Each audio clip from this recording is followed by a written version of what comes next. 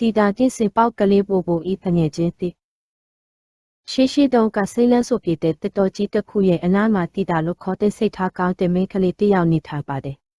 တီတာဟာတဘာဝတရားနဲ့တရိတ်ဆန်လေးတွေကိုအရချစ်မြတ်နိုးသူတစ်ယောက်ဖြစ်ပြီးနေတိုင်းတော့ဆန်မှာပန်းပွင့်လေးတွေလိုက်ကြည့်လိရှိပါတယ်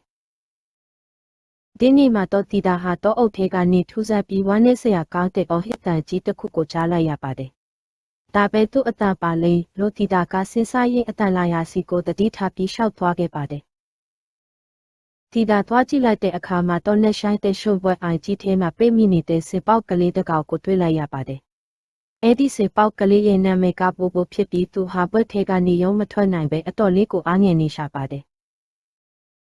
ဘိုဘိုဟာလူသားတစ်ယောက်ကိုမြင်လိုက်ရတဲ့အတွက်အဆက်ပိုင်းမှာတော့အရန်ကြောက်လန့်သွားပါတယ်သူဟာကျဲလောင်စွာအော်ဟစ်ပြီးသူ့ရဲ့ဓမောင်းကြီးကိုရမ်းခါနေခဲ့တယ်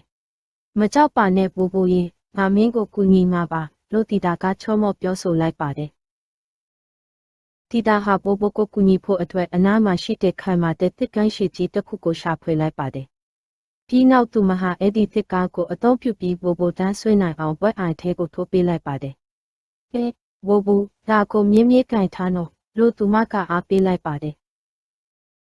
ဘိုဘိုဟာတီတာရဲ့အကူအညီနဲ့အကုံရုံးကန်လိုက်တဲ့အခါမှာတော့နောက်ဆုံးမှာရှုံပွဲထဲကနေလူမြောက်လာခဲ့ပါပြီဒါပေမဲ့ဘိုဘိုဟာတကူလုံးရှုံတွေ့ပေးချပြီးအရက်ကိုနွမ်းနေနေတာကြောင့်မြေကြီးပေါ်မှာမှိုင်ပြီးထိုင်နေရှာတယ်တီတာဟာသူမရဲ့ကျင်းတောင်းထဲမှာပါလာတဲ့ချုံမြိန်တဲ့ငပြောသည့်တွေကိုထုတ်ပြီးဘိုဘိုကိုကျွေးလိုက်ပါတယ်ဘိုဘိုဟာပိုက်စာနေတာကြောင့်ငပြောသည့်တွေကိုအရသာရှိရှိစားလိုက်ပြီးတီတာကိုကျေးဇူးတင်တဲ့အကြည့်လေးနဲ့ကြည့်ခဲ့ပါတယ်ဘိုဘိုအားအင်းတွေပြန်ပြေးလာတဲ့အခါမှာတော့တီတာကဘိုဘိုရဲ့မိသားစုကိုလိုက်ရှာပေးဖို့ဆုံးဖြတ်လိုက်ပါတယ်သူတို့တယောက်ဟာတော့အုပ်နဲ့ထဲကိုတယောက်အဖော်ပြရေးအတူတူရှောက်တန်းခဲ့ကြပါတယ်ထိတ်မကြခင်မှာပဲအဝေးကနေစင်အုပ်ကြီးရဲ့အသက်တွေကိုကြားလိုက်ရပါတယ်ဘိုဘိုရဲ့အမေစင်ကြီးဟာသူ့သားလေးကိုလိုက်ရှာနေတာဖြစ်ပါတယ်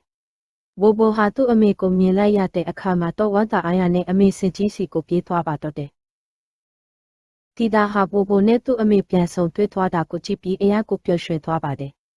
တခြားသူကိုစေတနာအပြည့်နဲ့ကူညီတာဟာကမ္ဘာပေါ်မှာအကောင်းဆုံးအရာပဲဆိုတဲ့သင်ခန်းစာကိုတီတာရရှိသွားခဲ့ပြီးအင်ကိုပျော်ရွှင်စွာပြန်လာခဲ့ပါတော့တယ်